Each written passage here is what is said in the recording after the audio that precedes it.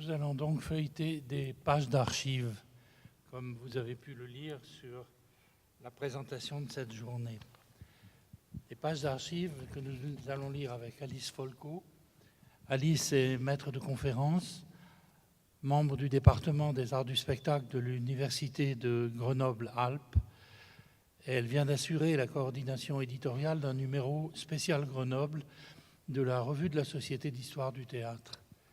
Et elle fait l'inventaire et la numérisation des documents réunis par le professeur Jean Delume, qui, depuis les années 40 jusqu'aux années 80, fut un observateur et un acteur de la vie grenobloise. Des pages d'archives que nous allons feuilleter avec Marco Consolini, professeur à l'Institut d'études théâtrales à la Sorbonne Nouvelle, qui est, entre autres, éditeur des registres de Jacques Copeau et auteur d'une très belle thèse sur la revue Théâtre populaire, connaisseur incollable de la vie de Jean d'Asté. Nous allons feuilleter pour vous ces pages d'archives pour y découvrir les traces d'une poignée de personnalités généreuses, visionnaires et pourtant lucides, des militants obstinés, bien décidés à fonder à Grenoble, au sortir de la guerre, 2 foyers d'art et de culture populaire, une maison de la culture et un centre dramatique. Ces fortes têtes étaient au moins 7.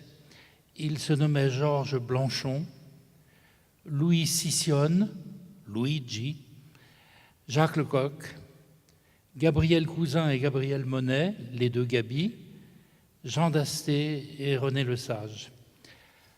Ces documents sont dispersés dans des archives publiques, archives départementales de l'Isère, archives municipales de Grenoble, archives de la bibliothèque de Grenoble, collection du musée dauphinois. Mais elles sont surtout dans des archives privées. Il y a un inépuisable fonds Jacques Lecoq qui est inventorié et partiellement publié par son fils Patrick.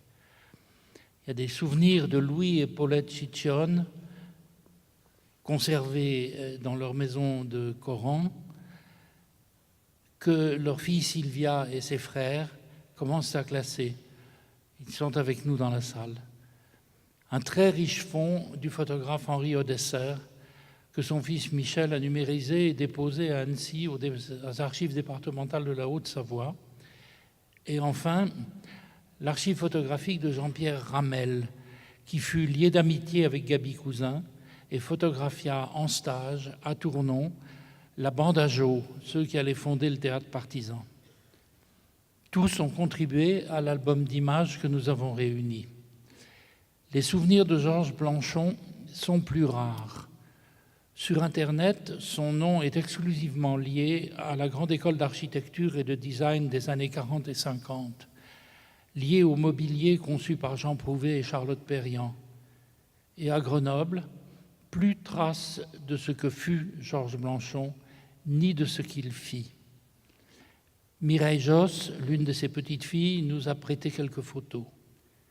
Catherine Belfort, dont la mère épousa Blanchon en 1953 et qui est ainsi sa belle-fille, elle est avec nous dans cette salle, fait actuellement l'inventaire des cartons de documents conservés depuis la mort de Blanchon en 1987. Elle a déposé à la bibliothèque Kandinsky du Centre Pompidou un fonds d'archives concernant ses activités d'architecture et d'urbanisme. Et elle y a retrouvé cette carte qui va nous servir d'entrée en matière et d'énigme insolente. En haut, au pupitre, se trouve Franz Paris qui va envoyer les photos à la vidéo. Il y a donc eu une maison de la culture de Grenoble dès la fin de la guerre, 23 ans avant Malraux, une maison de la culture dont Georges Blanchon fut l'inventeur, le fondateur, le président et, comme vous le voyez, l'adhérent numéro 1. À la Libération, Blanchon a 44 ans. Sa carte d'identité de service de mai 1945 nous apprend qu'il est né en décembre 1901 à Grenoble, qu'il se déclare technicien d'organisation, qu'il habite rue Vicat et qu'il est conseiller municipal. La carte est signée par le maire Léon Martin, dont sans aucun doute Marco nous parlera dans quelques minutes. Cette photo, ça c'est la carte, voilà, cette photo a été prise au studio des frères Martinotto, un studio très célèbre à Grenoble. Il y a eu une très belle exposition au musée dauphinois sur le studio Martinotto. Elle nous montre un bourgeois élégant. En fait, Blanchon est journaliste, on dirait publiciste aujourd'hui. En 1928, il a fondé une revue du régionalisme dans les Alpes françaises, La Vie alpine, une revue généraliste et très culturelle. Blanchon est grenoblois, dauphinois, alpin, il aime le Vercors. Le voici encordé, on va le voir d'ailleurs en plus gros plan, le voici encordé dans une traversée d'arêtes calcaires. C'est peut-être bien le Grand Gerbier, peut-être bien dans les années 20. Blanchon est skieur et il imagine l'organisation des clubs en Fédération française de ski. Il réfléchit à la formation des moniteurs, des guides et à la création d'une école nationale de ski et d'alpinisme, l'ENSA à Chamonix. Tous les guides, tous les moniteurs de ski sont passés par l'ENSA. Il est socialiste, il est proche de Léo Lagrange et nous le voyons ici au titre de secrétaire général des Jeux mondiaux de ski alpin en 1937. Tu peux y aller. Ce n'est pas la personne qui est au premier plan en noir. La personne du premier plan est le président du ski club de Paris. Lui est légèrement derrière avec des knickers, toujours habillé chic. Et c'est l'arrivée du slalom spécial. Émile Allais va remporter la médaille d'or du combiné. Et avec Émile Allais, Blanchon écrit et publie le premier manuel d'enseignement du ski français.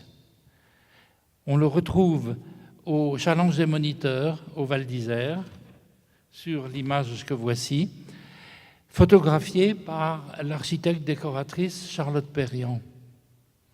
Avec Pierre Jeanneret, compagnon de Charlotte Perriand et cousin de Le Corbusier, Blanchon ouvre au 10 rue d'Alsace-Lorraine le Bureau central de construction, BCC, une agence d'études industrielles et artistiques qui place Grenoble, capitale des Alpes françaises, à la pointe de la recherche architecturale et urbanistique.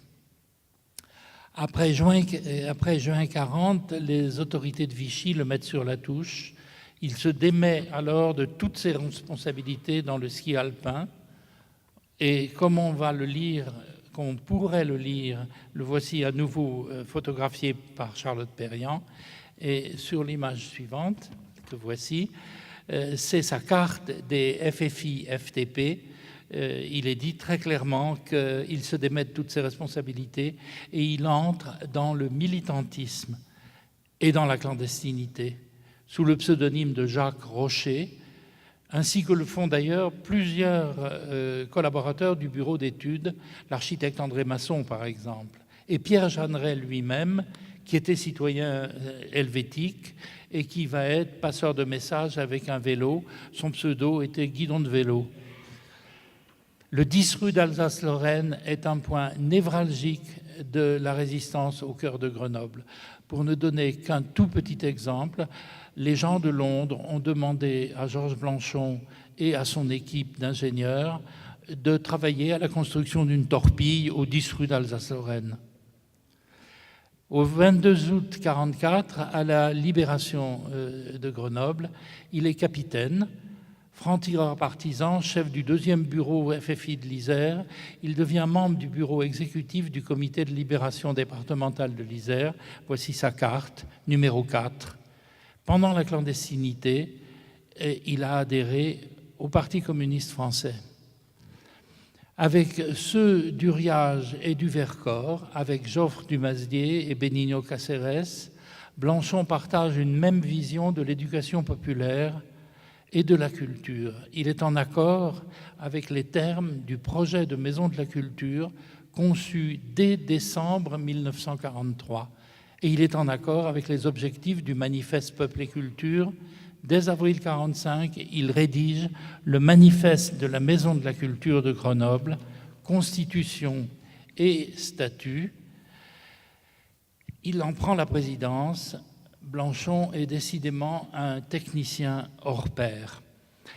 Pour suivre le fil qui mène de cette Maison de la Culture d'avril 1945 à la MACU de février 1968, il faut maintenant se faire rencontrer à Grenoble le dauphinois Blanchon et 3 athlètes beaux mecs venus de Paris, Ciccione, Sisson, Lecoq et Cousin, des gymnastes qui rêvent d'art, de spectacle, de performances spectaculaires et populaires.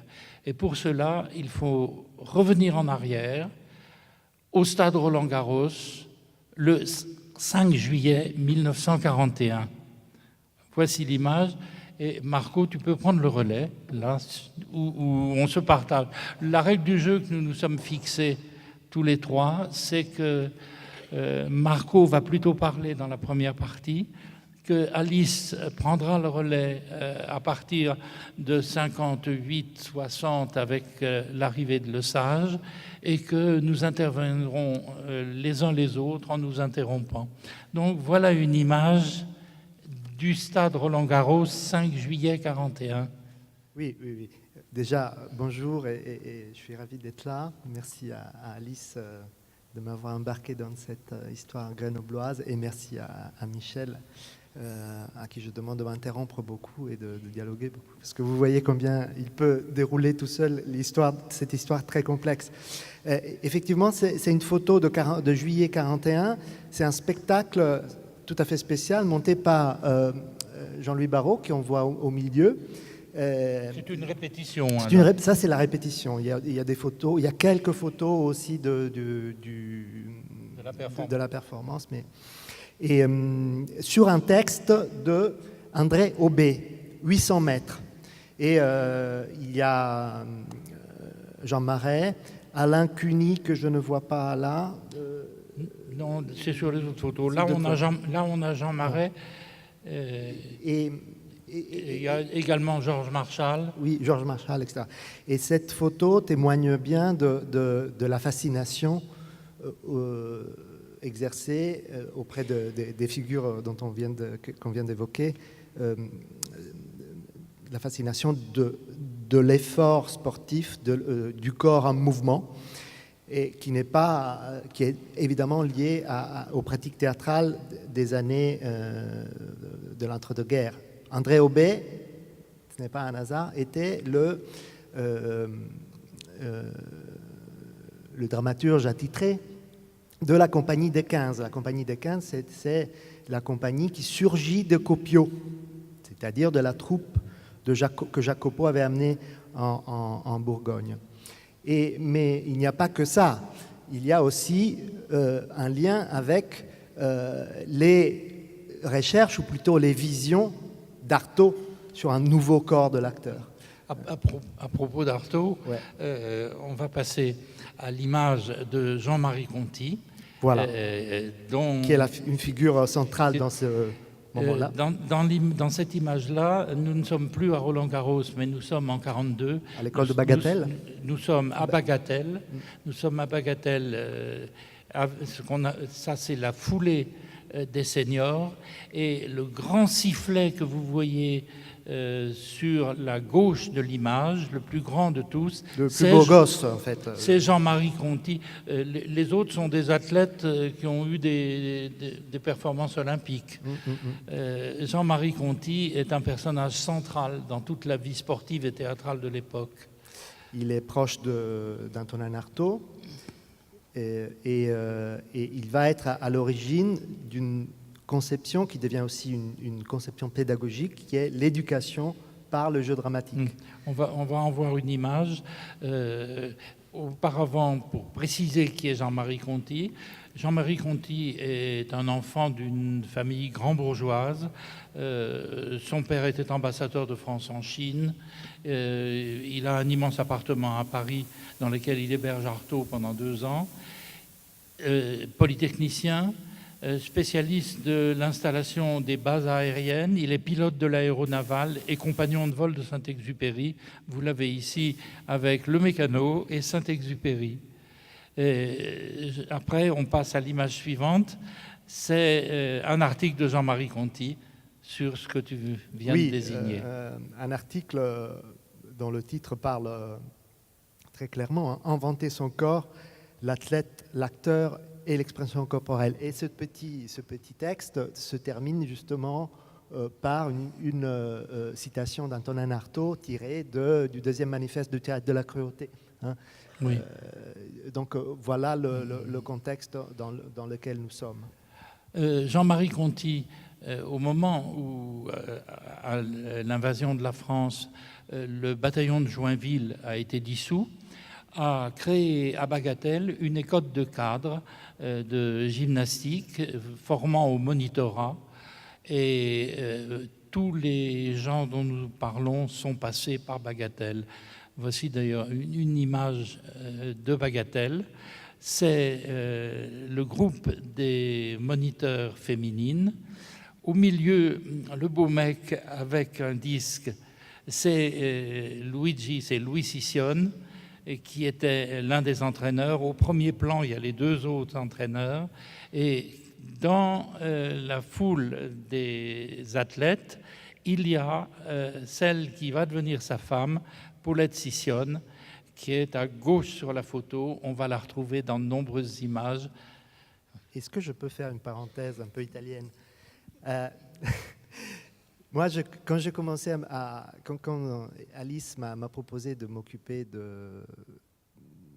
des débuts de la décentralisation à Grenoble, j'avais été à la maison Jacques Copeau et j'avais trouvé là, par hasard, les premiers numéros des bulletins de la Maison de la Culture de Grenoble, qui m'avaient intrigué. Et une des choses qui m'avait intrigué, c'était ce nom, Luigi Ciccione. C'est comme ça qu'on le prononce en italien. Oh, c'est assez drôle parce que Ciccione en italien, ça veut dire très très gros. C'est même un insulte. C'est un nom de famille qui saute aux yeux. Et ce Ciccione, ce très gros, c'est ce beau gosse que l'on voit. Concours du bel athlète 1937. Voilà, on va voir Ciccione à nouveau. Le voilà. On va continuer avec des photos d'athlètes. On passe après Ciccione, concours du bel athlète. On passe à Jacques Lecoq, disco-ball. On passe à Jacques Lecoq en canoë. Toujours Jacques Lecoq, spécialiste du poirier parfait. À Briançon, on ne dit pas faire le poirier, on dit faire l'arbre droit. Ensuite, on trouve le 3e homme, Gabriel Cousin, disco-ball. Ce que vous voyez derrière, c'est une de ces cuves à gaz qui était dans le pourtour de Paris, vraisemblablement à la porte d'Aubervilliers. Gabi Cousin était ouvrier dans l'électromécanique à La Courneuve et c'était un champion des clubs sportifs de la Fédération sportive et gymnique du travail, la FSGT. Et il était spécialiste du 400 mètres. D'ailleurs, dans l'image qui vient, vous allez le voir au départ d'un 400 mètres. Et chez Cousin, l'esthétique du geste était déterminante. Le voici. Cousin, Ciccione, Lecoq étaient des gens qui vivaient volontiers dans la nudité absolue. Ils faisaient des footings dans Paris en 1942. Lecoq et Cousin, et on a des photos d'eux à poil, assis au Pont-Neuf, et ils se rafraîchissaient dans la Seine. Alors, pour moi qui m'occupe d'études théâtrales, Cousin, c'était un nom plus ou moins connu, mais davantage en tant qu'auteur. Hein. liées à Dasté et pas que à lui. Évidemment, Jacques Lecoq, c'est une grande personnalité de la pédagogie de l'acteur et du mouvement, mais peut-être pour les non-spécialistes... Franco-italienne. Lecoq, il a eu une période italienne. Il a eu une période italienne très importante où il est allé chercher les sources de la commedia dell'arte. Et ce qui est bizarre, c'est que finalement, c'est plus ce que Jacques Lecoq a apporté à l'Italie de ce qu'il a pu y trouver. Mais bon, ne nous égarons pas. Par contre, Ciccione, c'était un nom qui ne me disait absolument rien. Ciccione était un fils d'émigré et il aspirait à devenir un gymnaste parfait et il va passer son monitorat. Il se marie à Bagatelle et il est envoyé pour s'occuper de l'encadrement sportif et des loisirs à Sochaux. Il passe dans la clandestinité et il est pris dans un coup de main où ils avaient l'intention d'attraper un certain nombre d'officiers allemands. Ça tourne mal, il se retrouve avec 4 balles dans une jambe, il fuit dans la forêt avec sa femme, un bébé et un autre dans le ventre. Et finalement, ils reviennent à Paris où il va travailler à l'éducation pour le jeu dramatique de Jean-Marie Conti. Mais tous ces gens-là, on les retrouve tous dans l'image suivante. Parce qu'ils se sont cachés pour fuir le STO, ils se sont cachés dans les grottes de la forêt de Fontainebleau, ils ont formé un petit groupe d'athlètes hommes de théâtre, qui commencent à être hommes de théâtre, et ils ont décidé de fêter la Saint-Jean de 1945 à Chartres par un gigantesque jeu théâtral populaire dont nous n'avons aucune photo, avec un feu d'artifice monstre, mais en revanche on a des photos d'une petite pièce qu'ils ont créée à Chartres dans une petite salle. Et ce sont les 2 photos que vous venez de voir. Et sur ces images, Franz, tu peux revenir à la précédente, s'il te plaît. Voilà. L'homme qui est dans le fond en posture christique, c'est Cousin. L'homme qui a des soquettes dans ses tropéziennes, tout à fait à droite de la photo, c'est Jacques Lecoq. Et devant, au centre, au premier plan, c'est l'un des 2 prisonniers qui est rentré d'un stalag de Prusse orientale. Il s'appelle Gaston Joly. Son compagnon, c'est un couple homosexuel, son compagnon s'appelle René Laforgue. Et ils ont vécu en couple dans le stalag. Ce sont des choses très étonnantes. Et dans le stalag, ces 2 hommes s'étaient spécialisés dans les représentations en travesti de la Veuve Joyeuse. Et on les retrouve tous sur cette scène où ils évoquent la vie des prisonniers. Tu peux passer. Voilà, là c'est le passage à la gamelle. Michel, corrige-moi si je me trompe, mais la naissance de ce groupe est liée aussi à une autre association d'éducation populaire qui est Travail et Culture. Bien sûr, bien sûr. C'est lié directement à Maurice Delarue et à Travail et Culture qui avait son siège rue des Beaux-Arts à Paris. Donc là, on trouve ce groupe. Ça a marché très très bien à Chartres. Ils décident de s'appeler les Compagnons de la Saint-Jean et ils décident de se mettre au service de commémoration en France. Par exemple, ils descendent à Annecy et puis ils arrivent jusqu'à Grenoble. À Challes-les-Eaux, non. Oh, ils font une manifestation à Annecy, mais j'ai jamais eu je ne sais pas exactement où. Toujours est-il, c'est qu'à Grenoble, le 22 août 1946, ils sont présents et ils sont là en compagnie de Blanchon, qui a fondé sa maison de la culture, et ils font une immense manifestation intitulée « Un peuple se retrouve ». La brochure, voilà la brochure publiée par la Maison de la Culture qui contient le texte entier et qui contient aussi des dessins Voilà un dessin de Chition. C'est un texte militant qui évoque la façon dont un peuple sort de l'occupation. On a peu d'images. Moi, je n'ai eu dans les mains qu'une seule image du spectacle, celle qui vient là, où vous retrouvez les constructions qui avaient été dessinées auparavant. Il y avait 50 000 spectateurs. Je crois que la moitié de la population de Grenoble était présente à cette soirée du 22 août 42, qui est demeurée 44, pardon. Non, la soirée est 45, puisque la libération de Grenoble était le 22 août 44. Juste deux choses. Est-ce qu'on peut revenir sur le dessin? Moi, je n'avais pas compris que c'était Chichon lui-même qui avait dessiné. Moi, je déchiffre la signature. Parce qu'il y a un FC, et donc je me demande... Moi, je lis LC. Mais je ne vois pas qui ça pourrait être, oui. parce que la personne qui est intervenue pour la mise en place de l'événement n'est autre que Pierre Jeanneret, l'architecte qui travaillait avec Blanchon. Pierre Jeanneret a travaillé beaucoup pour Grenoble à ce moment-là. Il avait fait un plan de reconstruction pour Grenoble. Et je ne lis pas Pierre Jeanneret là. Je crois que la première lettre, je la lis plutôt comme un L. D'autre part, Chichon dessinait.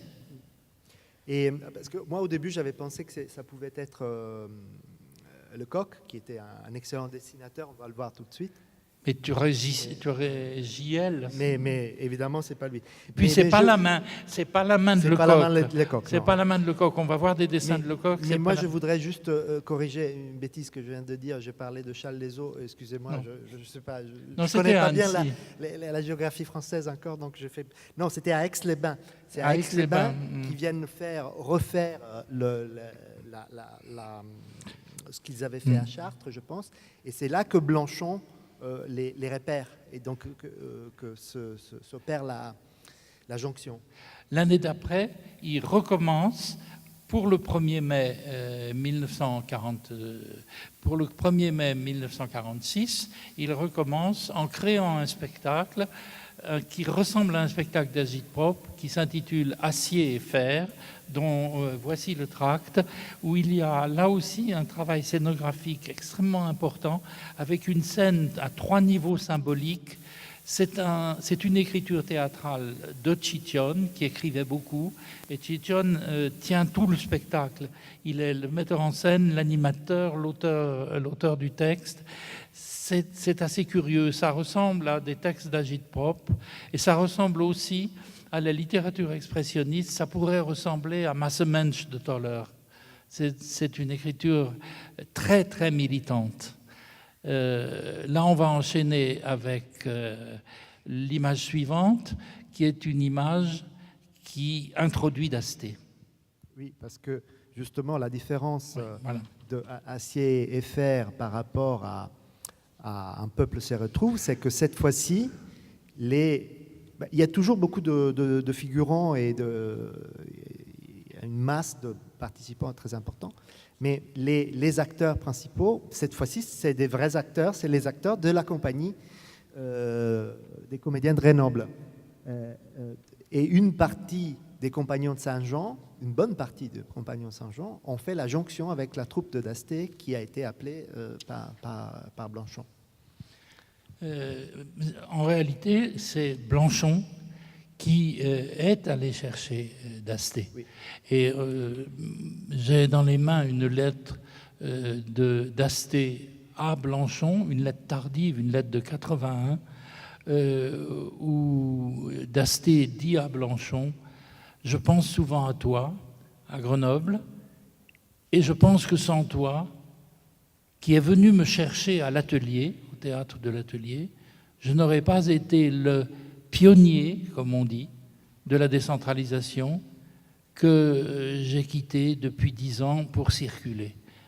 On a là, dans cette lettre, la preuve irréfutable que c'est bien Blanchon qui a fait la démarche d'aller à Paris pour chercher d'Asté et faire venir d'Asté à Grenoble.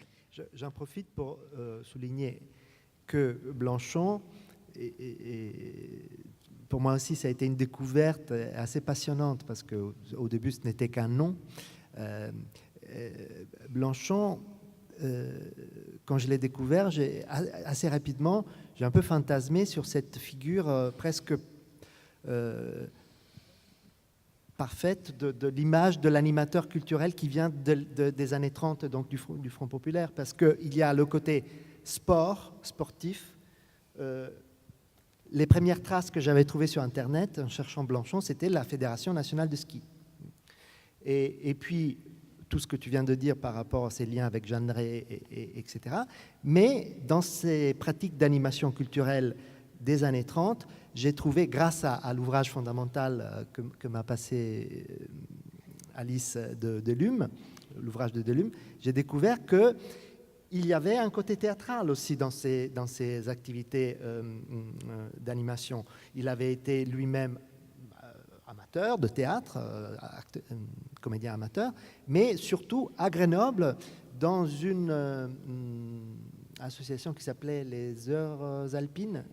C'est comme ça, hein? Il avait fait venir Copeau, des lectures de Copeau, il avait fait venir des spectacles de Dullin, il avait fait venir Pitoef, me semble-t-il. Donc le lien était déjà très clair avec le théâtre. Il avait fondé cette association, les Heures Alpines. Il avait fondé en 28 la Vie Alpine, la revue culturelle. Et pour pousser encore des chercheurs à travailler sur Blanchon, une dernière petite citation de Dasté, encore plus tardive, en mai 84. Dasté écrit à Blanchon, et on peut lire dans cette lettre, Jeanne Laurent me disait il y a un mois qu'on devrait faire quelque chose pour toi, parenthèse. T'élever une statue, point d'interrogation, fermez la parenthèse. Car, disait-elle, et Dasté souligne, disait-elle, si tu n'avais pas créé la première troupe de décentralisation, peut-être qu'il n'y aurait pas eu de suite. Et c'est vrai. On continue maintenant avec Dasté, avec la fiche de Noé. Premier travail de Dasté avec la compagnie qui l'a réunie, c'est un Noé d'André Aubet, dont tu peux nous parler. La création a lieu le 24 décembre 1945 et elle a lieu au Théâtre municipal de Grenoble. Et la question primordiale pour tout ce que nous allons raconter, c'est dans quel lieu peut-on jouer à Grenoble ? Le théâtre municipal dans ce cas-là. Mais le théâtre municipal va être très disputé. Oui, très disputé. Mais par rapport à Noé, donc là, on retrouve le même auteur qu'on a cité tout à l'heure, André Aubet. Et effectivement, Noé avait été en 1931 la première création de la Compagnie des 15. La Compagnie des 15, il y avait Dasté, il y avait sa femme Marie-Hélène Dasté, il y avait Michel Saint-Denis, c'est-à-dire les rescapés des Copiaux, cette troupe de campagne que Copeau avait créée en Bourgogne dans les années 20. Donc vous voyez que la filiation, il y a une autre filiation qui n'est pas exactement la même par rapport à tout ce côté sport, culture du corps et du mouvement que l'on vient d'évoquer, mais qu'elle est parallèle, c'est-à-dire l'héritage de l'école du Vieux-Colombier de Jacques Copeau, qui avait été peut-être le principal foyer de recherche du travail de l'acteur, un travail qui aille au-delà de d'un travail déclamatoire, mais qui cherche justement l'improvisation, le jeu masqué, le mime, etc. Alors, dans les images qui viennent, la suivante, qui est une première image d'une représentation de Noé, qui nous donne une idée de ce que pouvait faire Dasté avec les moyens de l'époque. Là, il a plusieurs personnes de sa troupe. La personne qu'on voit tout à fait à l'extrémité, pour donner une idée de la composition de sa compagnie, s'appelle Tonia Carifa. Elle est fille de peintre, ils habitent Challes-les-Eaux. Son oncle était chez Copeau en 14, au Vieux-Colombier. Il est mort dans le premier mois de guerre de 14.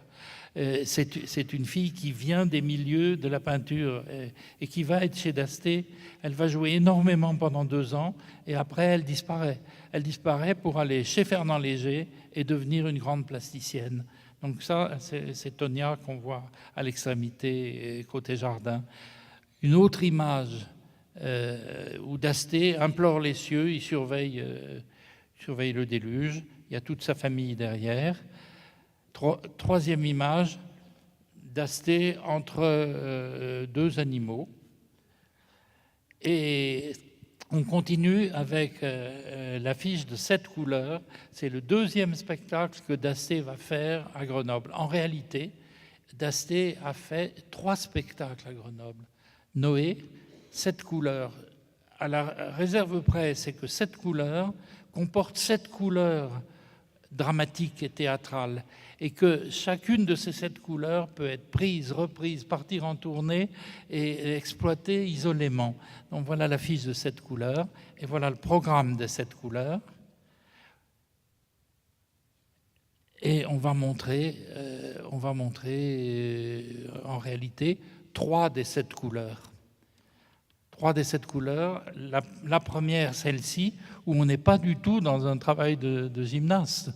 On a de nouveau Tonia Carifa qui joue l'aubergiste et Dasté, un soldat qui revient de guerre pendant la guerre de 30 ans. Stylistiquement, c'est très différent. Après ça, une photo qui est une des plus connues. Dans les 7 couleurs, il y avait le retable des merveilles. C'était une œuvre qui était reprise beaucoup à l'époque. Et dans le retable des merveilles, là, vous avez tout le monde. Vous avez la dame avec la fraise en plein au centre devant. C'est Musi Hafner, la femme de Jacques Lecoq. Mais Jacques Lecoq est au fond, c'est le 3e en partant du jardin. L'homme à la fraise, là-bas derrière, est une personne extrêmement importante. Il s'appelle Hubert Deschamps. C'est un comique, un pitre qui joue beaucoup au cabaret. Et c'est à cause de l'oncle Hubert que Jérôme Deschamps a fait du théâtre et a fondé sa compagnie. Et donc le retable des merveilles. 3e photo, c'est encore une autre couleur. Et là, ça, tu interviens là. Oui. C'est le plus grand succès dans les 7 couleurs. Oui, c'est le plus grand succès de cette couleur. Mais je voudrais quand même ajouter une chose, c'est que ce qui plaît énormément au public, mais aussi aux critiques et de ce spectacle, c'est le fait que Dasté l'a conçu comme quelque chose qu'aujourd'hui on aurait tendance à appeler une création collective, dans le sens que plus ou moins tous les membres de la compagnie ont apporté une contribution qui n'est pas simplement dans l'interprétation. Oui, Tonia Carifa a écrit une pièce personnelle voilà, qu'elle joue en solo. Et puis il y a beaucoup de musique, beaucoup de créations musicales, etc. Mais ça, c'est la chose qui remonte de manière plus claire à l'héritage du vieux colombier, puisque ça s'appelle l'Exode, et donc c'est un scénario que Jean Dasté et Marie-Hélène Dasté ont constitué. On retrouve le jeu mimique et tout le travail sur le masque.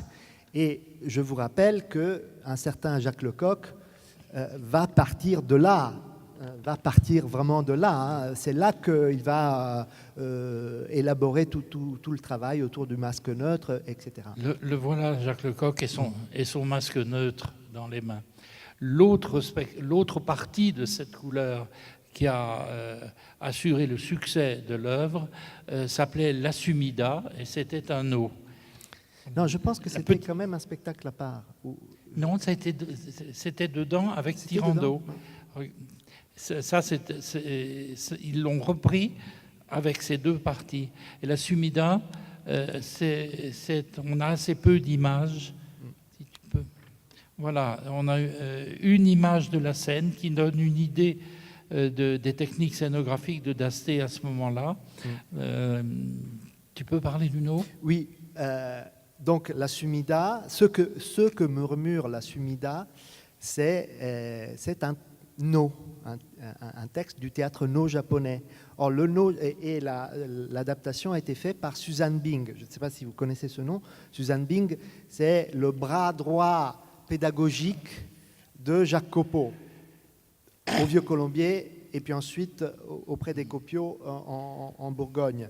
Et l'une des pistes de recherche de cette nouvelle pédagogie de l'acteur et pédagogie théâtrale en général est la référence aux formes traditionnelles extra-européennes et notamment extrême-orientales, le théâtre no japonais en étant un des principaux points de repère.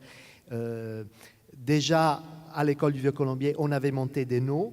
Donc là, on est dans cette ligue-là. Et Marie-Hélène Dasté intervient, voilà des maquettes de costumes orientaux par Marie-Hélène Dasté. Le spectacle a eu un succès énorme et il faut obligatoirement raconter une anecdote. Jeanne Laurent, qui avait la responsabilité du spectacle français à cette époque-là, voulait aider Dasté à prendre place et elle a organisé, en tant que haut fonctionnaire ministériel, elle a organisé une chose détonnante, elle a organisé la location d'un wagon de train et la venue à Grenoble d'une vingtaine de Parisiens. Tous ceux qui critiquaient, faisaient et soutenaient le théâtre étaient dans ce voyage pour venir voir cette couleur.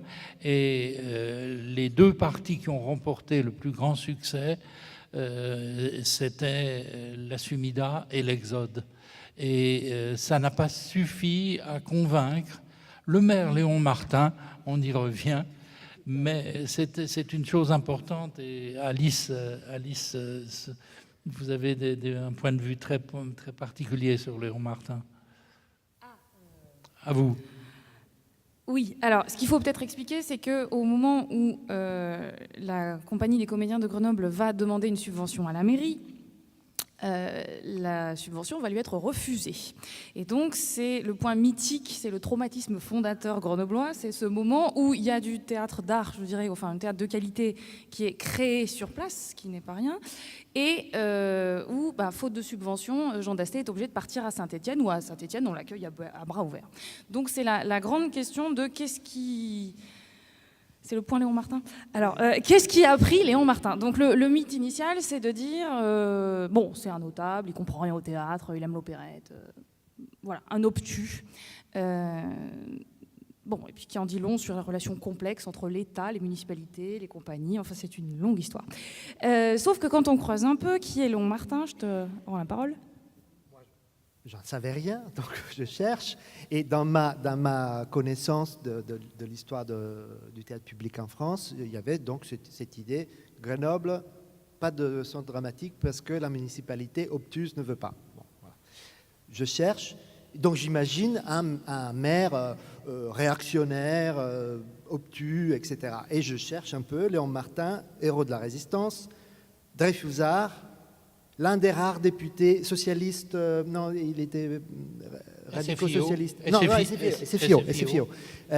L'un des rares députés ayant refusé de voter les pleins pouvoirs à Pétain, hein, parce qu'il y avait beaucoup de socialistes qui, par contre, avaient voté pour. Ça ne correspond pas du tout au portrait du notable qui ne veut que de l'opérette, qui veut rien. Ça ne correspond pas du tout. Du coup, problème, que se passe-t-il? Moi, je n'ai pas de solution, j'ai essayé de l'expliquer dans mon article, je n'ai pas de solution évidemment, mais une chose est sûre, l'opération Jeanne Laurent a été une opération ratée. Ce n'est pas que, on parle de l'aéropage parisien qui vient soutenir Dasté. Ce n'est pas simplement que ça n'a pas suffi.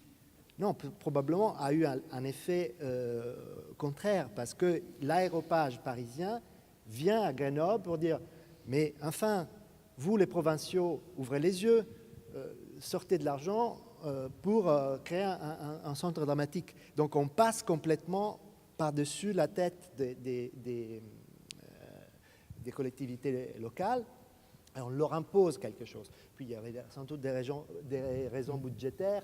Probablement, M. Martin était féru d'opérette, probablement. Bon, il n'y a rien de mal à être Dreyfusard et à aimer l'opérette.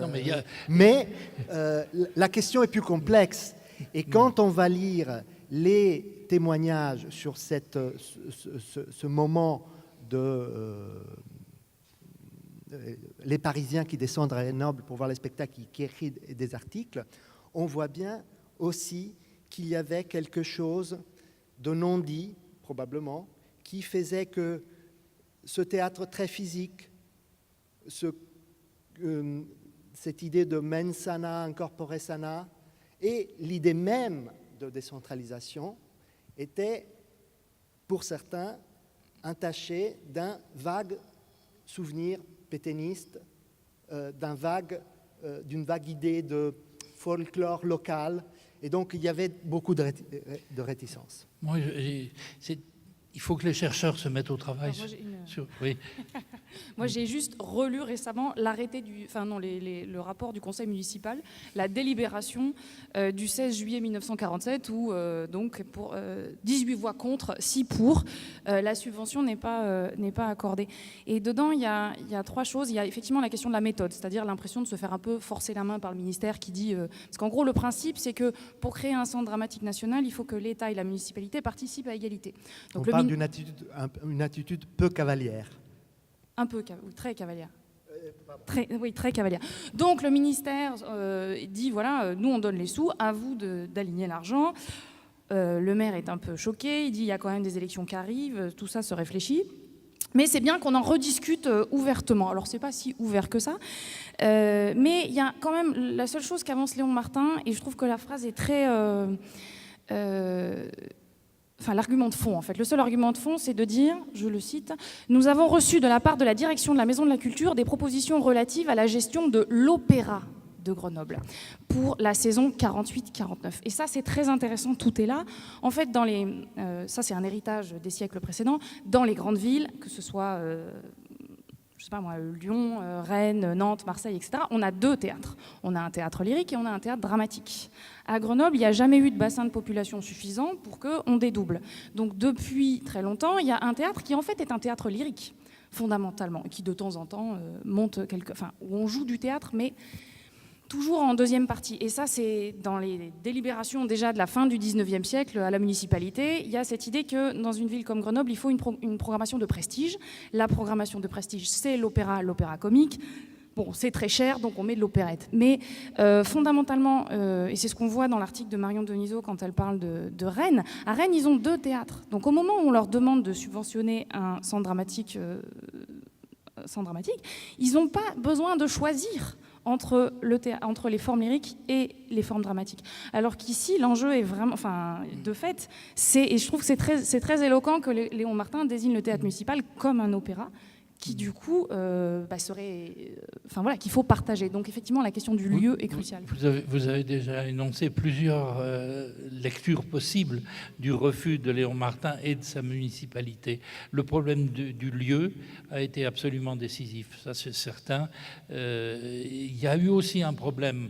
Je pense que les tensions en 1946, 45, 46 entre Léon Martin, SFIO, oui, héros de la résistance, et Blanchon, héros de la résistance, SFIO en 1920 ou dans les années 20 et adhérent du PCF à ce moment-là, le dialogue, Blanchon, conseiller municipal, Léon Martin, maire, je pense que ça ne devait pas être facile. Puis il y avait le problème, je crois, mais j'avance ça avec prudence, il y avait un problème esthétique. Il y avait un problème esthétique. Les 2 spectacles qu'ils ont pu voir, qui sont signés Chichon, c'est militant. C'est pas du théâtre destiné à un théâtre municipal. Et toute la bande de gens qui sont là sont des gens quand même un peu curieux. Ils ont été accueillis à Grenoble. La Maison de la Culture a pour siège l'ancien hôtel particulier de Madame Darétouche, patronne des biscuits bruns, qui s'est fait saisir son hôtel particulier dès 1944. Il y a un arrêté de 1944 parce qu'elle avait vaillamment cuit les biscuits pour l'armée allemande. Et elle va récupérer son hôtel particulier en 1948, après avoir apporté la preuve qu'elle avait fait acte de résistance en sauvant des personnes. Mais c'était dans un hôtel particulier, il campait dans les couloirs de l'hôtel. Paulette Sisson m'a expliqué comment il se débrouillait avec les gamins en faisant la cuisine. C'était des caracs. On avait l'impression que c'était un campement de gitans. Et tous ces gens, les Sisson se sont installés dans la montagne, à Coran. Ils se sont installés dans une ferme. Ensuite, ils ont été dans une deuxième ferme, beaucoup plus tard, dans laquelle ils vivent encore. Et Sisson avait repéré un lieu qui s'appelle la Tour des Chiens, que peut-être les Grenoblois connaissent. Lecoq, cousin, s'était installé à la Tour des Chiens, ainsi qu'un autre de peupliculture chabanais. Et ils vivaient là dans une espèce de communauté artistique, naturiste, je ne pense pas échangiste, mais enfin c'était une communauté très bizarre et assez inquiétante. Et je crois que tout ça a dû jouer pour Léon Martin. J'ai un dernier argument, ça c'est celui de Delume, c'est de dire que Léon Martin était foncièrement anticlérical et qu'en fait Noé l'avait profondément dérangé, parce que Noé était un thème, le traitement biblique de ça. Donc je pense qu'on peut rajouter une fracture. Donc, qui est, pour clore momentanément, avant une recherche sérieuse sur Léon Martin, je pense qu'on ne solde pas la question en parlant comme d'Asté, c'est le mur des notables. Je pense que ça, il ne faut pas. Là, vous avez une belle image de la Tour des Chiens. Si vous n'êtes jamais monté à la Tour des Chiens, c'est assez stupéfiant.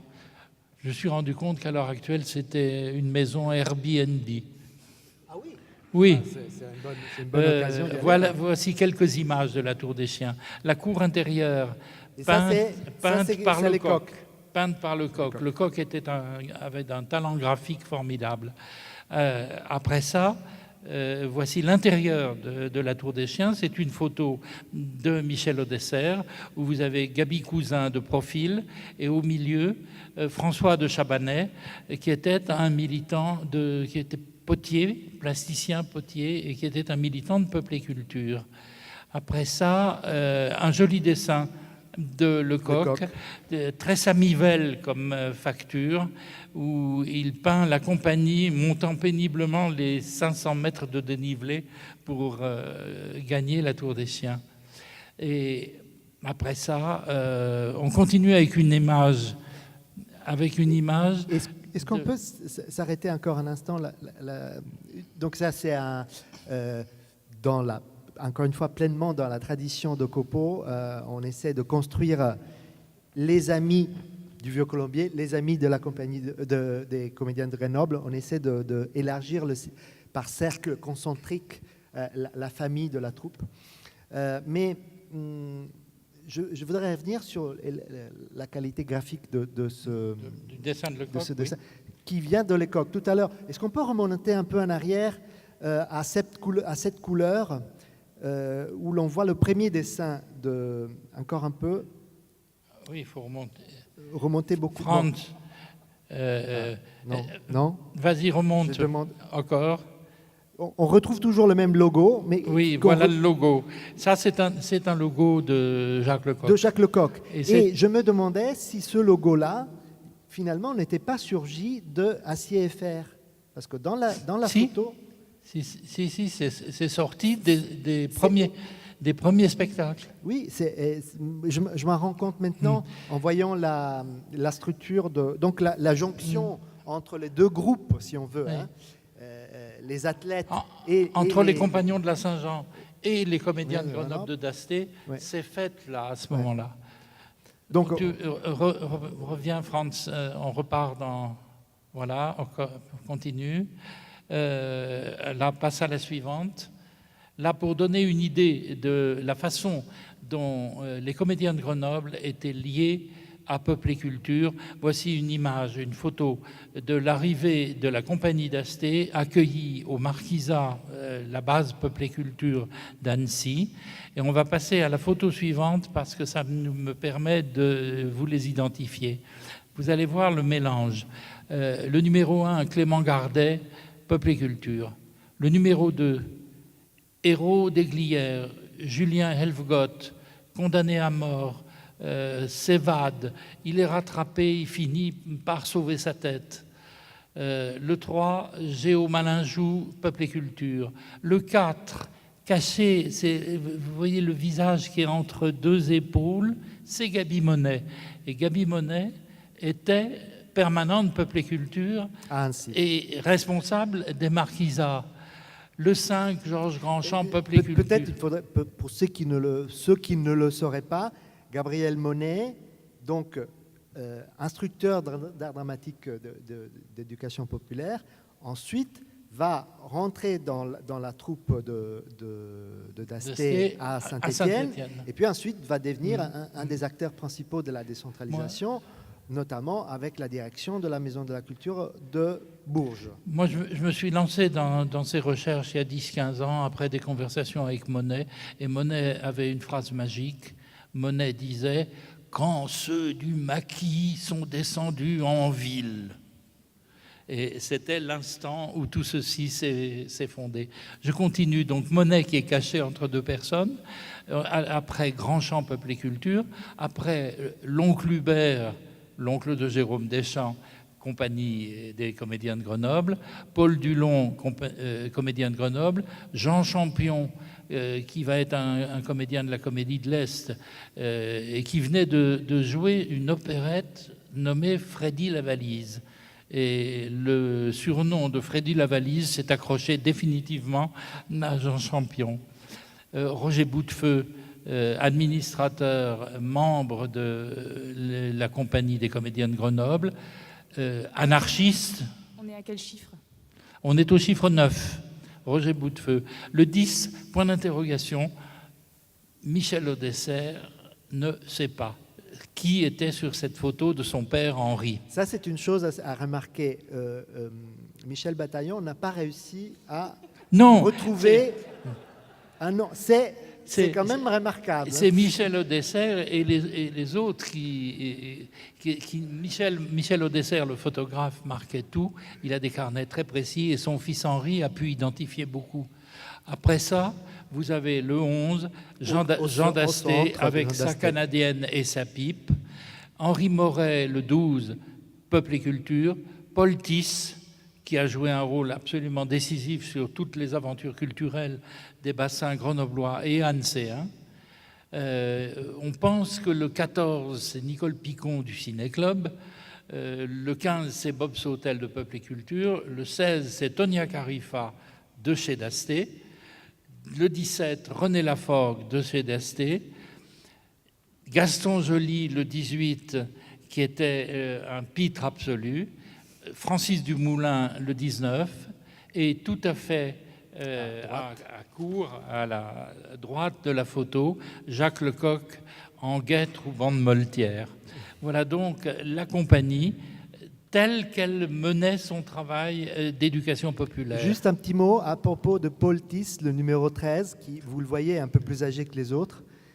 C'est quelqu'un qui avait un autre lien avec l'héritage de Copeau. C'est quelqu'un qui avait des liens très, très étroits avec Jacques Copeau. Le travail le plus important peut-être qu'ont fait d'Asté et ses comédiens pendant cette période, ils sont restés 2 ans, ce sont les tournées. Ils n'ont pas arrêté de jouer avec, on dit des dates, aujourd'hui ils avaient 150 dates dans l'année, et dans les plus petits bourgs, ils ont joué au théâtre de Veynes, après Gap. Ils ont joué partout. Et là, dans la photo qui vient, on les voit avec leur autocar devant le chalet des étudiants de Combloux, célébrissime au même titre que le sanatorium du Grésivaudan. C'était un des chalets où les étudiants se soignaient et où la compagnie d'Asté venait jouer, comme ils ont joué à Saint-Hilaire-du-Touvet. Après ça, on va retrouver leur autobus comme d'habitude devant l'entrée des Marquisats à Annecy. On continue avec l'activité Peuple et Culture. Là, la personne que vous voyez de dos, c'est Paulette Sissionne, Gros Noël, née Paulette Gros Noël, qui était une basketteuse, athlète, monitrice d'éducation physique et spécialiste de chant. Et là, elle entraînait une chorale Peuple et Culture au Marquisat. Après, une photo très très importante. L'homme que vous voyez avec cette position déclamatoire, c'est Luigi. Dans une séance d'entraînement mental, il a sous son épaule droite, c'est-à-dire à gauche de la photo, il a de profil Gaby Cousin et tout autour de lui, tous les permattants de Peuple et Culture. Ensuite, et là, c'est une articulation qui va permettre à Alice ensuite de poursuivre avec l'aventure suivante. Il y a une articulation de 2 photos, des dessins de Jacques Lecoq. Le premier, c'est le radeau des comédiens de Grenoble, où vous avez ce que vous voyez. Et la suivante, on va passer à la suivante, c'est Jean d'Asté qui sort du théâtre de Grenoble, allongé sur une civière portée par des ambulanciers, avec une énorme bosse au front, et ça s'intitule d'Asté KO au théâtre municipal de Grenoble, et ça c'est la fin de la présence de d'Asté à Grenoble, à la fin de la saison 46-47. Oui, bon, et on sait bien que donc c'est en 47 qu'il y a ce passage, ce départ armes et bagages des comédiens de Grenoble qui vont devenir la comédie de Saint-Étienne. Donc. Après, Alice va porter la suite. Peut-être juste Oui. expliquer là que c'est le moment où Grenoble rate la marche de l'histoire quand même, hein, parce que c'est le moment où on aurait pu faire partie de la première... la ville aurait pu faire partie de la première vague de décentralisation théâtrale, et la première vague d'institutionnalisation. Et effectivement, voilà, c'est un échec. Grenoble rate le premier centre dramatique. Le premier centre dramatique va être en Alsace. Il va démarrer à Colmar parce que le théâtre de Strasbourg est en piteux état. Il est porté par Clavé, qui est un ancien déporté et un homme de théâtre très très important. Et l'État français choisit Strasbourg pour une raison géopolitique absolument fondamentale. Quand les Allemands entrent à Strasbourg, ils fondent un théâtre national allemand à Strasbourg et ils font venir les premiers metteurs en scène d'Allemagne et toutes les vedettes allemandes pour jouer à Strasbourg. Quand la France reprend Strasbourg, on réinstalle un théâtre français et Strasbourg va être le premier centre dramatique. Voilà, ça a été, si je peux me permettre une minute, 30 secondes. Ça, c'était un peu l'interrogation que je me suis posée au début quand Alice m'a proposé de m'occuper de ça. Finalement, ce n'est pas tellement intéressant ou important de dire « Ah, Grenoble n'a pas été la première, elle aurait pu être la première ». Non, ce n'est pas simplement le palmarès de qui a été le premier, c'est que commencer la décentralisation là, et dans ces conditions-là, aurait eu toute autre portée symbolique. Commencer la décentralisation avec une forte connotation nationale, réaffirmer la culture française en Alsace, veut dire une chose. Commencer la décentralisation dans le fief de la résistance, avec ces liens si étroits, évidents, incontestables avec les mouvements d'éducation populaire, puisque la Maison de la Culture de Grenoble naît de Peuple Culture. Deuxième élément. Troisième élément, ce lien très fort avec un travail théâtral corporel, qui n'est pas simplement la reproposition des grands chefs-d'œuvre de la littérature dramatique française, ça voulait dire autre chose. Et en plus, il y avait une volonté de marquer cette nouvelle activité théâtrale en province comme une activité qui n'a pas peur du localisme, du régionalisme. Et ça, c'était quelque chose d'assez remarquable. Je m'aperçois qu'on a loupé un certain nombre de choses qu'il faut absolument dire. La Maison de la Culture, telle que Blanchon l'a dessinée, et Sicyone était moniteur général de cette Maison de la Culture, était absolument fédérative. Et elle fédérait peut-être 30 ou 40 organisations culturelles dans Grenoble. Elle n'avait pas de locaux, si ce n'est ce siège au 1 Général Marchand. Et ces activités étaient partagées entre le travail avec les comédiens de Grenoble et d'innombrables conférences, cours, instructions sur des sujets de société. Par exemple, Sicyone avait lancé un cycle de conférences sur la situation de la femme au sortir de la guerre. Sicyone a lancé des conférences sur le yoga. C'est quelqu'un qui s'est intéressé très très tôt au yoga et qui est devenu maître de yoga. Donc les travaux de la Maison de la Culture ont beaucoup porté là-dessus.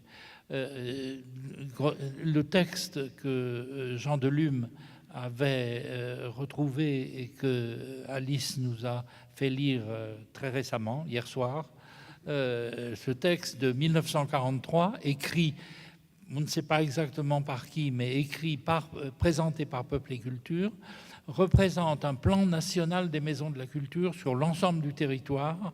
Et c'est une description en 8 pages de ce que pourrait être un grand plan des maisons de la culture. Donc c'est une chose tout à fait spécifique. Sicyone va être, avec Gabriel Cousin, les deux seuls qui ont tenu le fil de 1945 jusqu'en 1960. Et Sicyone a continué à organiser. La compagnie de Grenoble est partie à Saint-Étienne, ça c'est fin du printemps 1947. Et après, Sicyone a continué et la Maison de la Culture a vivoté avec des gens qui s'en préoccupaient beaucoup.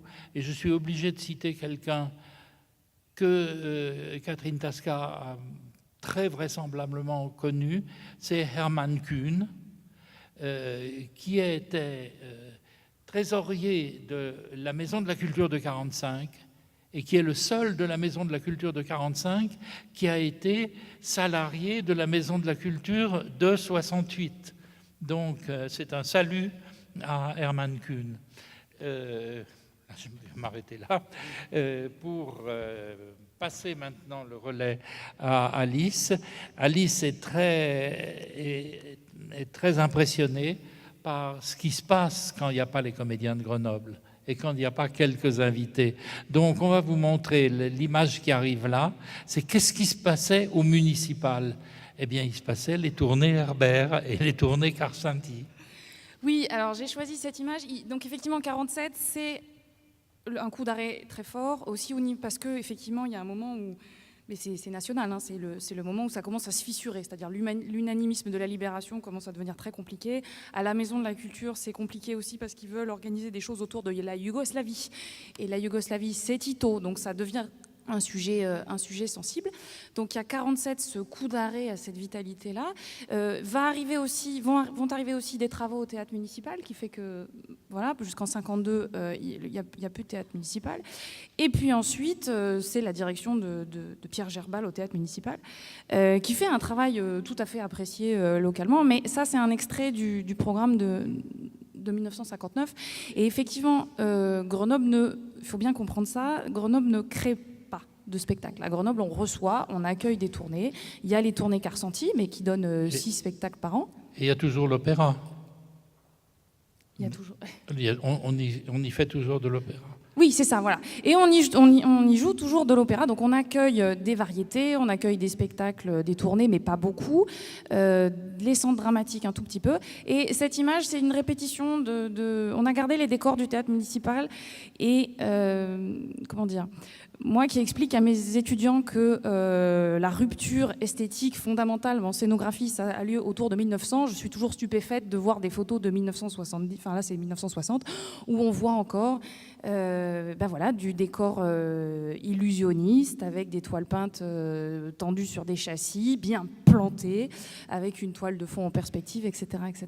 Et donc effectivement, c'est une période qui est vécue comme une période de vide, même si de temps en temps viennent effectivement, sont invités au théâtre municipal les centres d'As.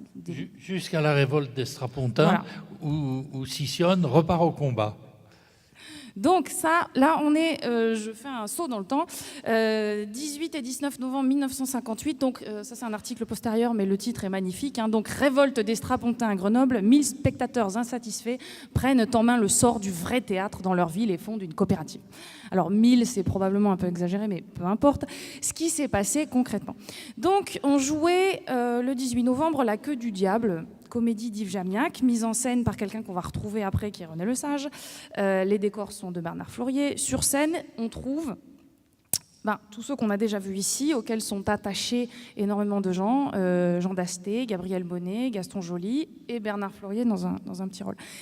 Et le spectacle a lieu. Sauf que le lendemain matin, paraît une critique dans le Dauphiné libéré, critique de l'achat, qui est surnommé Strapontin 12, et qui, en gros, étrille le texte, mais surtout l'interprétation, en fait. Et je pense que c'est ça qui a dû beaucoup blesser les amis de Dasté. Donc, il dit que c'est une satire aigrillarde, pas plus. Ça, c'est pour le texte. Que Gaston Joly joue extrêmement mal. Que le texte très mauvais n'est pas sauvé par le vacarme et les gesticulations, et que c'est un jeu caricatural qui tente de forcer le rire. Bon. Et ça, évidemment, pour les gens qui vivent par amitié avec ces gens-là, avec la génération dont on a parlé précédemment, qui soutiennent ce théâtre-là, c'en est trop. Donc le 19 novembre, à l'entracte, Luigi Ciccione monte sur scène, se met devant et harangue la foule en disant que c'est pas possible, qu'il s'indigne de la manière dont le Dauphiné libéré traite la comédie de Saint-Étienne, et il appelle le public à se regrouper pour la défense du vrai théâtre, donc. Alors, il se fait sortir, évidemment, hein, mais il commence à récupérer des signatures à l'extérieur. Donc... Voilà Louis Sicyone à cette époque. C'est une photo de lui que j'aime beaucoup. C'est une photo prise par Michel Audesser. Henri Audesser, pardon, par Henri Audesser. Et j'aime beaucoup la photo parce que je trouve qu'il y a chez Sicyone quelque chose du beau masque de Roger Vaillant. Dans le militantisme, dans la belle gueule, dans la façon dont il empoigne les problèmes à bras-le-corps. Et il décide de fonder ACTA. Voilà, ACTA, Action culturelle par, et non pas pour, le théâtre et les arts, dont les statuts sont déposés en janvier 1959.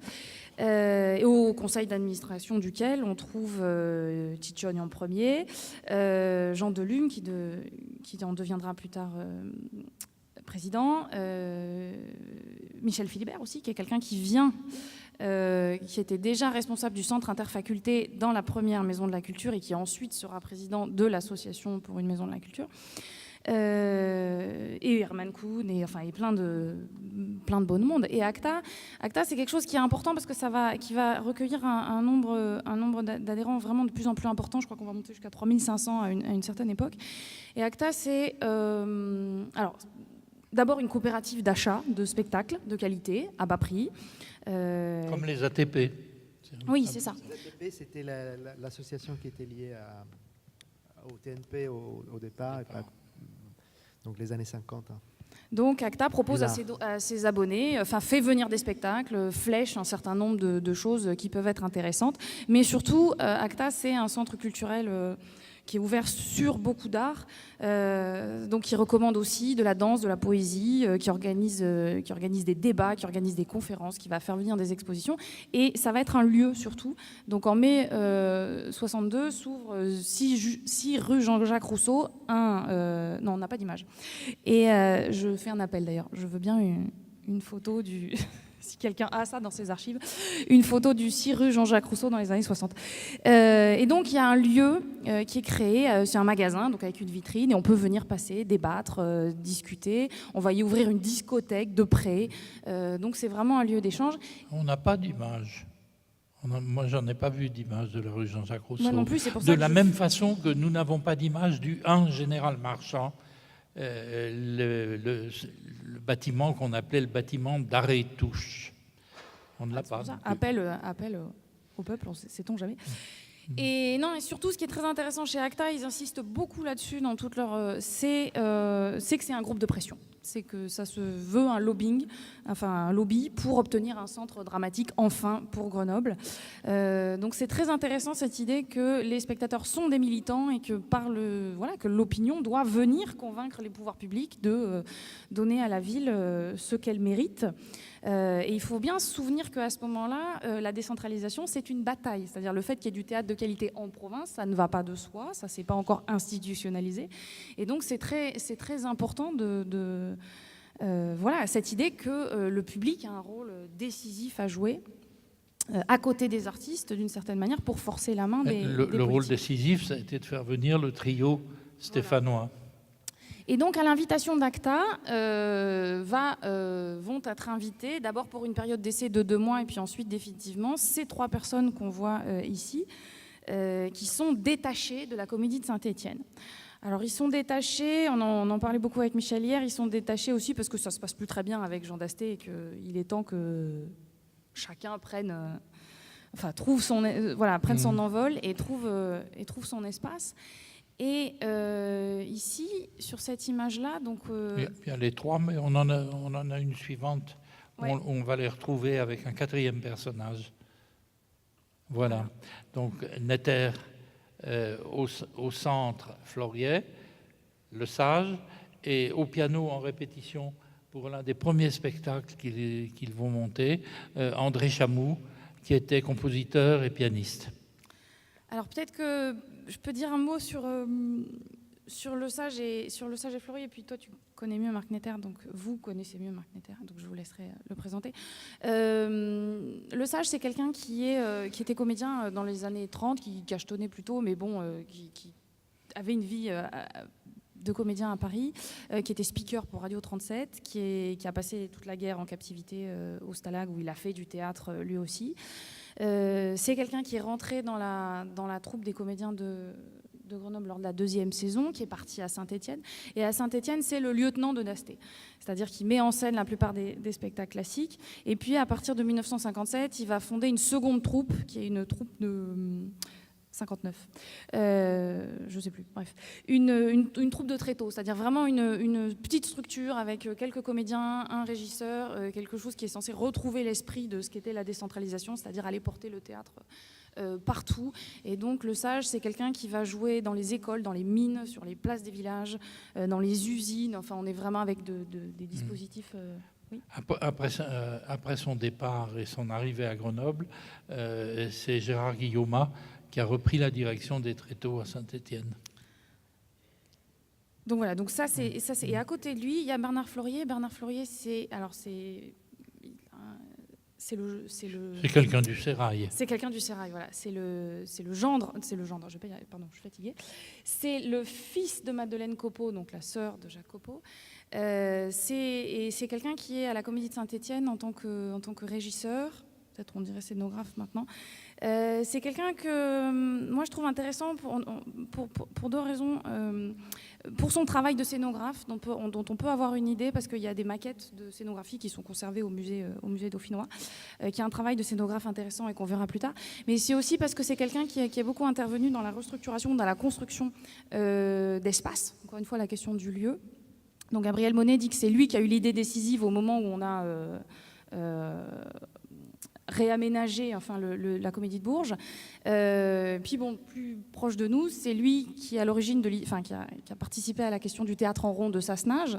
Et c'est lui qui a décidé, si l'Hexagone s'appelle l'Hexagone à Mélan, c'est parce que Bernard Floriet avait conçu un décor, pas un décor, un dispositif où une scène hexagonale était entourée par des gradins. Alors le théâtre en rond, c'est un des grands idéaux de l'époque. Enfin, c'est une des grandes pistes qui est traitée à ce moment-là, avec cette idée il faut recréer de la proximité avec le public, il faut recréer une intimité, faire un jeu en volume aussi qui soit moins frontal, où on est moins abrité derrière ces toiles peintes comme dans un certain nombre de... Enfin, ce qu'on pouvait voir encore au théâtre municipal.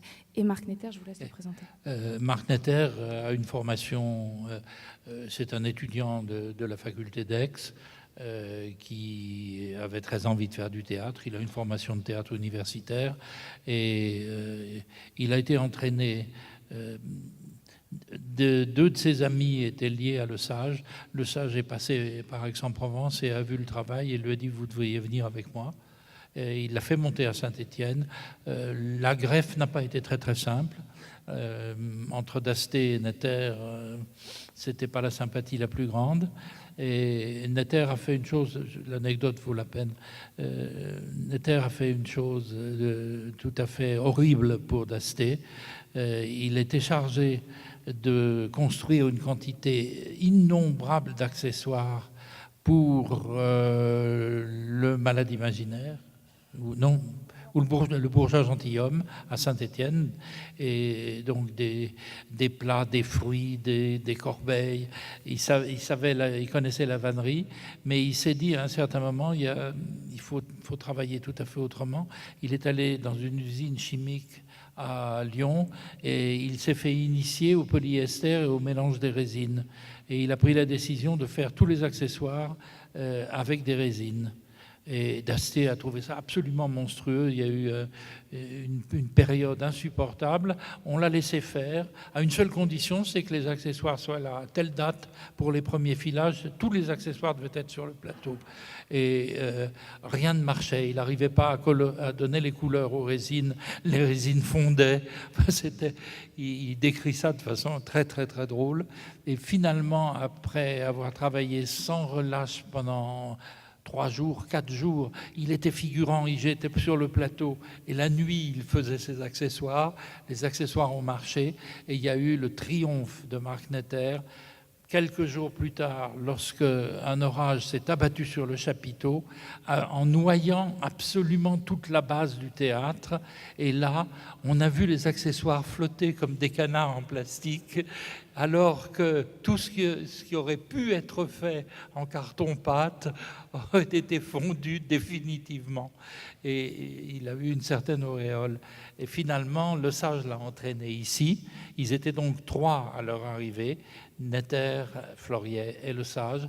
Le Sage est quelqu'un qui avait, pour l'art théâtral, des ambitions très, très, très grandes et qui a été souvent insatisfait de la réalité qu'il avait sous les yeux. Il a été insatisfait à Saint-Étienne. Il trouvait que la page était tournée et que la page d'Asté était tournée. Il le dit très, très, très clairement. Donc, il n'était pas très content. Et puis, je crois qu'il s'est passé la même chose à Grenoble. Que le théâtre que faisait...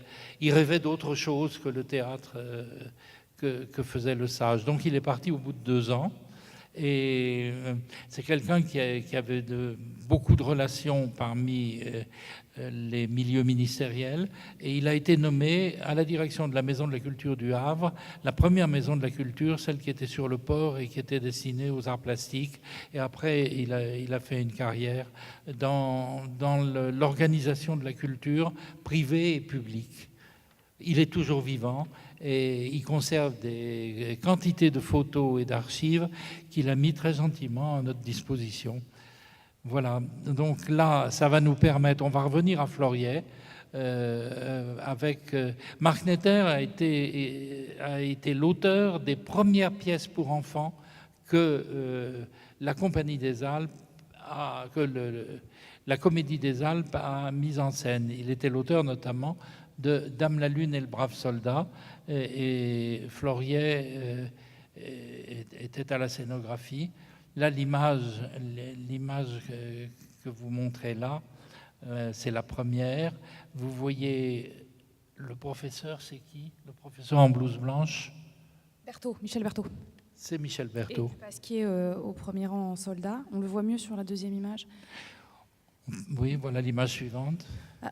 Moi, ce que je trouve formidable sur ces images-là, c'est vraiment le travail au plus près des écoles. Et effectivement, Acta les a fait venir au départ avec cette idée. Le test, c'était de, voilà, qu'est-ce que vous pouvez faire pour apporter le théâtre dans les écoles et montrer comment on le fait et comment on le fabrique. Et on voit très bien là, cette énergie-là, ce théâtre fait de peu, mais qui va à la rencontre du public. Et du coup, la grève prend, la Comédie des Alpes effectivement est constituée. Et alors, elle n'obtient pas le statut de centre dramatique qui aurait été plus favorable en termes financiers.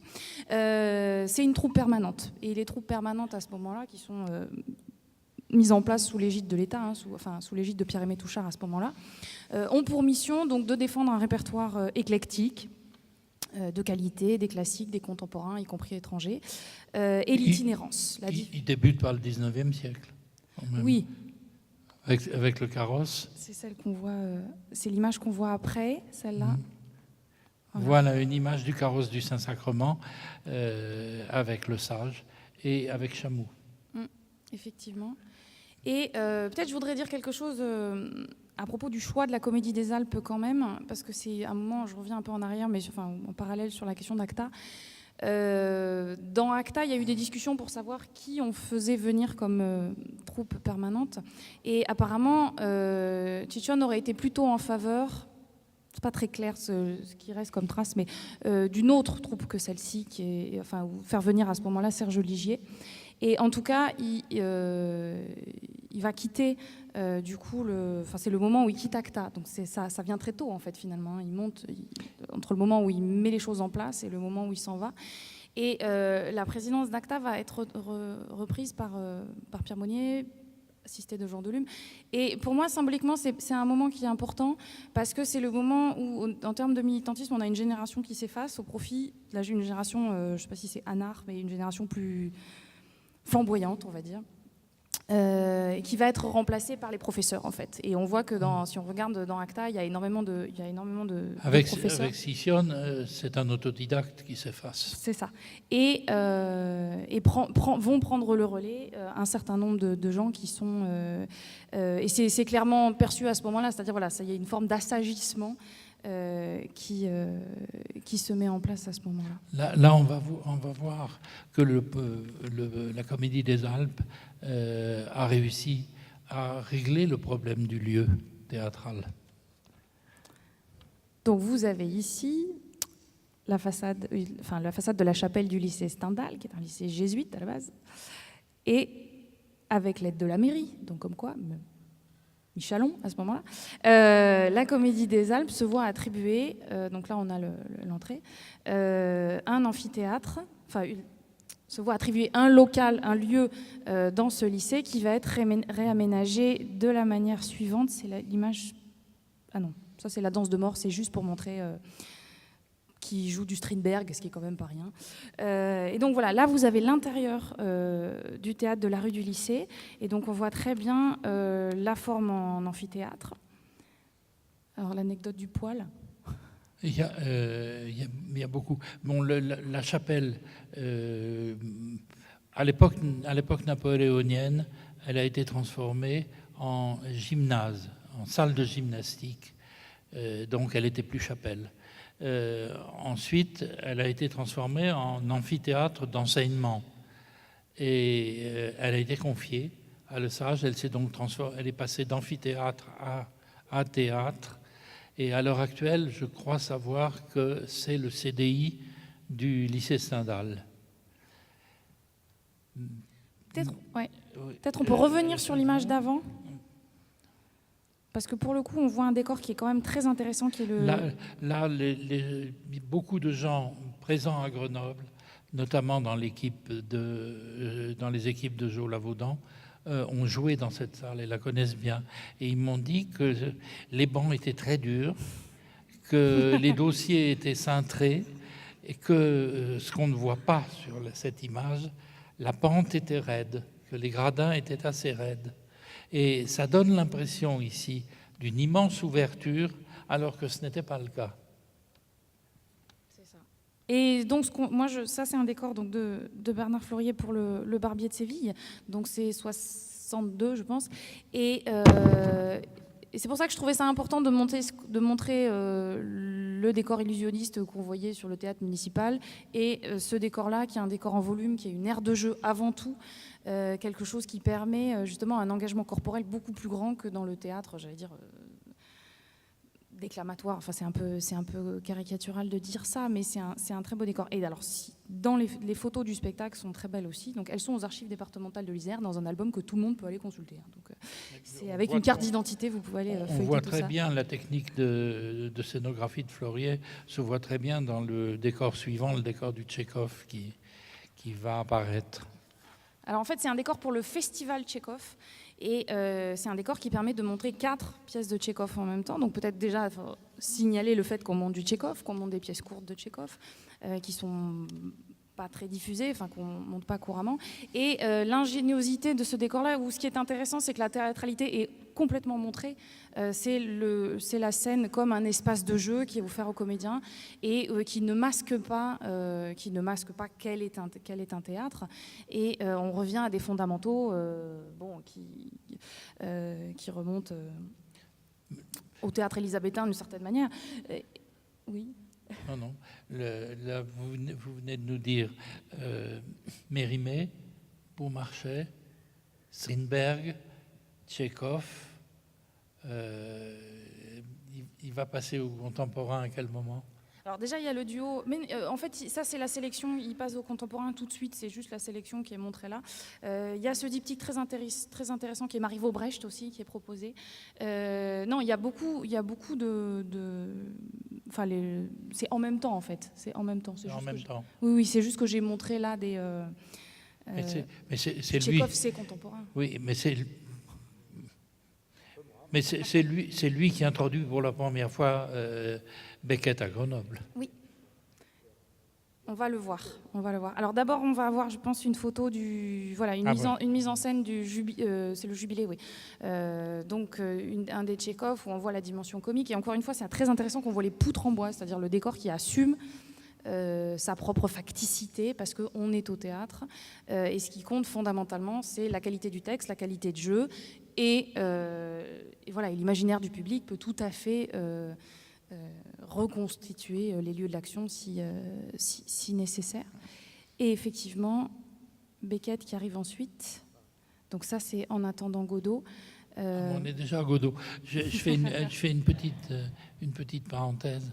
Je regrette finalement qu'on n'ait pas inséré dans l'enchaînement, qu'on n'ait pas inséré le chant du cygne dans les Tchekhov. Le chant du cygne, c'est un monologue absolument formidable de Tchekhov sur un vieil acteur qui s'endort dans sa loge. Et là, il y a une photo mauvaise. Parce que vraiment, elle est à peine présentable. Mais on a un Le Sage en chemise de nuit, les yeux au ciel, spectral, très très impressionnant pour finir. Ça serait bien d'avoir de bonnes photos du chant du cygne. C'est noté. Je vais y travailler. Ah non, elle est floue. Là, on n'y est pour rien. Là, on a Godot. On a Godot et qui va être. Enfin, Beckett est quelqu'un qui est un personnage important dans la carrière de Le Sage. Le Sage est beaucoup frappé avec ses mises en scène de Beckett. Et alors, sur l'image suivante, on voit quelque chose que j'aime beaucoup. C'est un spectacle pour enfants avec un clown qui fume. Donc voilà, déjà, c'est autre temps. Et donc, ce qui est intéressant avec ce spectacle, c'est les musiques magiques, qui est un spectacle qui a été créé par Catherine Dasté à Saint-Étienne et qui est repris ici. Et ce qui est intéressant, c'est encore une fois le fait de s'adresser à un public d'enfants, de faire du spectacle jeune public, mais c'est aussi la manière dont ce spectacle a été conçu, c'est-à-dire que on a demandé, c'est un spectacle qui a été conçu à Saint-Étienne, on a demandé à des jeunes, alors ils disent des enfants de 12 à 16 ans, de raconter des histoires. Elles ont été recueillies au magnétophone, ensuite elles ont été retravaillées pour faire un spectacle. Donc on est encore dans cette idée, on est déjà dans cette idée que la matière peut aussi venir du spectateur. Oui, moi j'interviens sur l'affiliation, c'est un spectacle de Catherine Dasté. Et on est en pleine filiation et je fais une incise.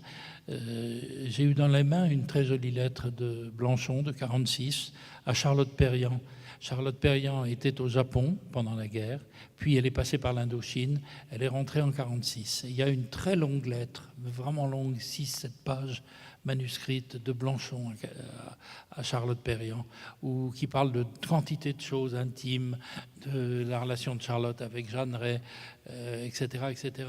Et il dit à Charlotte, demain, j'attends des Parisiens, elles vont être 3-4 femmes, je les emmène au Néron.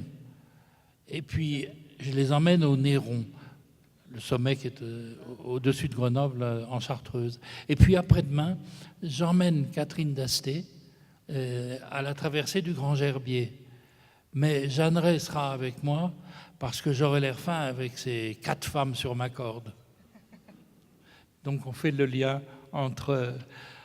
et on sait par d'Asté que d'Asté s'était très inquiété voyant qu'il ne rentrait pas et que le soir tombait, il s'était inquiété pour Catherine.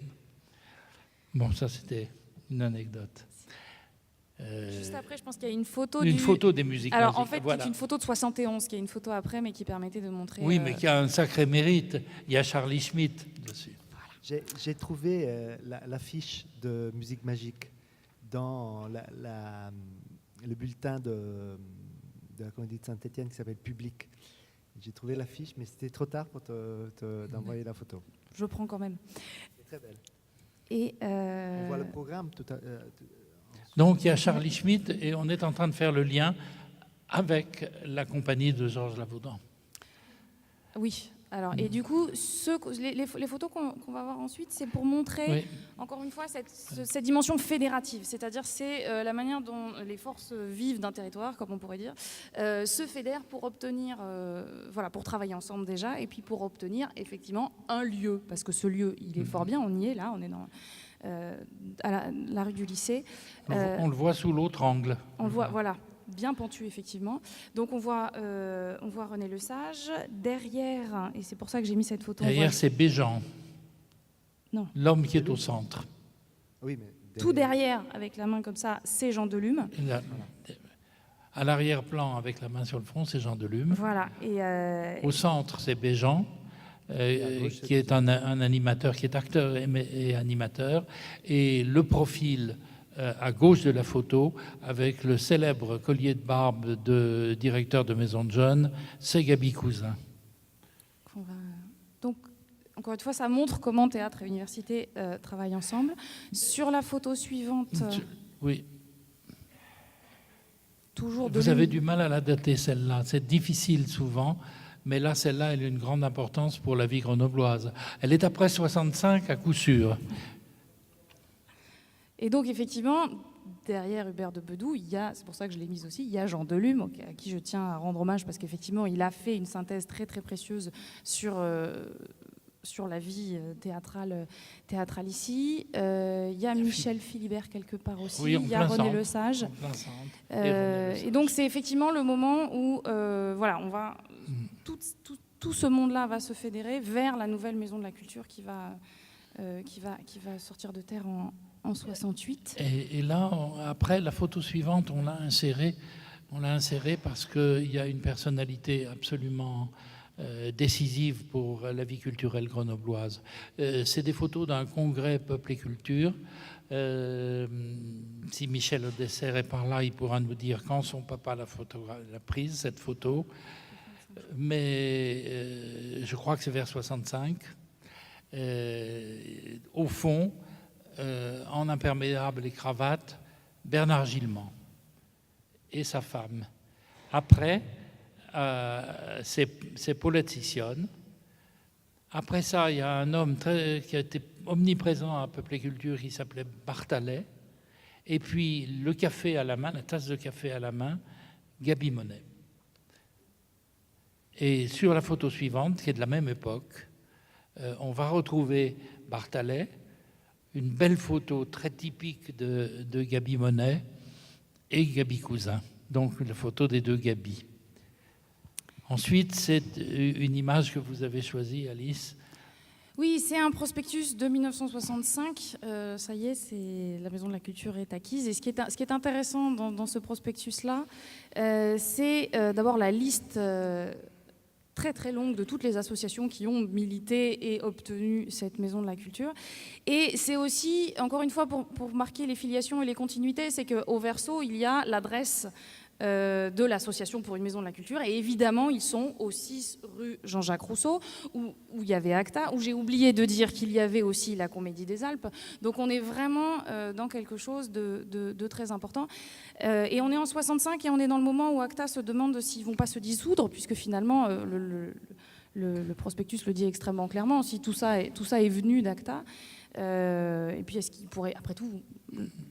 un outil comme la Maison de la Culture pourrait leur permettre ouais. Ensuite, je vais reprendre le fil. Sur la photo suivante, on va trouver celui que vous avez vu en athlète au début. Là, nous sommes en 66. C'est Gaby Cousin au bord de la piscine. Et ce sont des photos prises par Jean-Pierre Ramel dans un stage à Tournon. Sissionne, lui, a continué son travail de moniteur. Gaby Cousin a été inspecteur de jeunesse et sport. Il a mené un enseignement très suivi, tout en écrivant son œuvre de poète et d'auteur dramatique, joué notamment par Jean Dasté. Et il n'a pas quitté Grenoble, il a quitté Grenoble relativement tardivement. Sissionne a vécu jusqu'à sa mort précoce à Coran, où sa famille est encore fixée. Et Cousin a fait ses stages de Tournon, où sont passés la fine fleur des acteurs du bassin grenoblois et du bassin NC1. Vous ne verrez pas de photos d'André Dussolier, c'est dommage. On aurait pu vous mettre des photos de Derek, qui est un acteur comique qu'on voit sur les scènes un peu partout et à Paris, et que Joël Lavaudan vient de mettre en scène. En revanche, vous allez voir quelques photos de stage à Tournon, où la génération qui arrive est présente, et on fait ainsi la transition avec ce qui va se passer à la Maison de la Culture. Dans l'image qui vient, vous allez, celle-ci, vous avez Jo. C'était l'entraînement vocal et la technique vocale était très importante pour Cousin, et Jo était particulièrement fort. Ils ont joué avec Gaby Monet un Édipe à Fourvière, et à Fourvière, derrière le théâtre gallo-romain, il y a un petit bois, et Lavaudan devait partir de ce petit bois et s'avancer et faire un long travelling avant en direction des spectateurs. Et il avait un rôle petit, il s'ennuyait un peu, et il m'a expliqué, chaque soir, je m'amusais à reculer de 1 mètre, 2 mètres, pour voir jusqu'où je pouvais aller en émettant mon texte de façon parfaitement claire pour le dernier des spectateurs des 4500 places du théâtre gallo-romain. Le voici en train de s'entraîner. Et la suivante, vous reconnaissez sans doute avec un tambourin et un maillet de tambourin, vous reconnaissez Philippe Morier-Genoux. Dans la suivante, Ariel Garcia Valdés. Après, un autre acteur de la vie grenobloise qui n'est pas entré dans la compagnie de Lavaudan, c'est Yvon Chex, qui était également un des élèves de Gaby Cousin, mais on pourrait citer aussi les Mémones étaient dans les stages de Gaby Cousin. Et puis, après, j'ai choisi la graphie du théâtre partisan.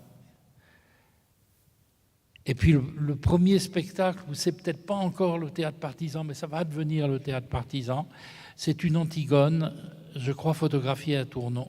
Ah, elle a disparu, Antigone? Oh, ben tant pis. On a pensé qu'on pouvait terminer avec ce dessin de Vergier et les 2 hommes qui vont mener le travail théâtral dans cette Maison de la Culture un peu plus tard, lorsque le sage aura pris sa retraite et aura cédé sa place. Voilà, c'était un petit ensemble d'images tirées des archives. Merci de votre patience.